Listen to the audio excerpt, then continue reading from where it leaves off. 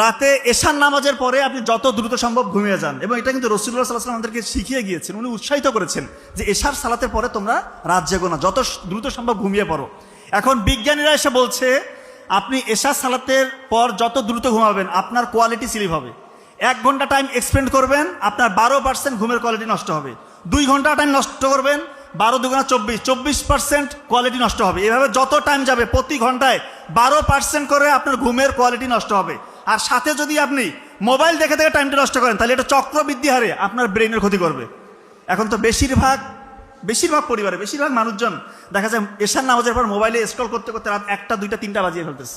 তার ঘুমের বিন্দু মাত্র কোয়ালিটি থাকে না, ঘুম আল্লাহ তাআলার একটা নিয়ামত, এই নিয়ামতটাকে নষ্ট করবেন না। ঘুমালে মূলত কি হয়, এই যে সারাদিন আপনি কর্মব্যস্ত থেকেছেন, ঘুমের মধ্যে ব্রেইন থেকে 3টা কাজ হয়। প্রিফ্রন্টাল কর্টেক্স এটার কাজ ঠিক রাখে। কি করে প্রিফ্রন্টাল কর্টেক্স? এর কাজ হচ্ছে মনোযোগ ধরে রাখা, যে কোনো সমস্যায় পড়লে সমস্যার সমাধান করা, নতুন একটা চিন্তা আসতেছে আপনার, ওই ডিসিশনটাকে ঠিক মতো মেক করা, এবং আপনাদের আবেগটাকে নিয়ন্ত্রণ রাখা। এটা হচ্ছে প্রিফ্রন্টাল কর্টেক্সের কাজ। আপনি যখন ঘুমাবেন না আপনার ওই প্রিফ্রন্টাল কর্টেক্সের কার্যকারিতা হারিয়ে যাবে। 2 নাম্বার হিপ্পোক্যাম্পাসের কাজ কি? ছাত্রছাত্রীদের জন্য খুবই জরুরি। হিপ্পোক্যাম্পাস হচ্ছে আমাদের যে কোনো কিছু যখন আমরা তথ্য পড়ি শিখি, এটাকে শর্ট টার্ম মেমোরি সেন্টার থেকে লং টার্ম মেমোরি সেন্টারে কনভার্ট করে, দীর্ঘস্থায়ী মেমোরি সেন্টারে যে রিজার্ভ করে।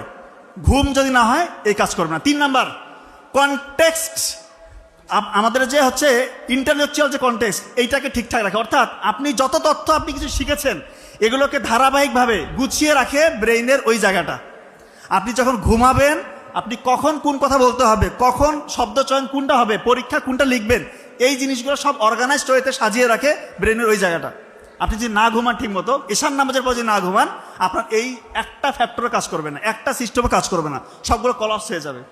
তার মানে এটা কি জরুরি না? এশার নামাজের পরে ভাইয়া আমি বলতেছি, সন্তানরা যদি বলে যে আমি লেখাপড়া করবো, প্রয়োজন নাই, তুমি ফজরের সময় উঠো।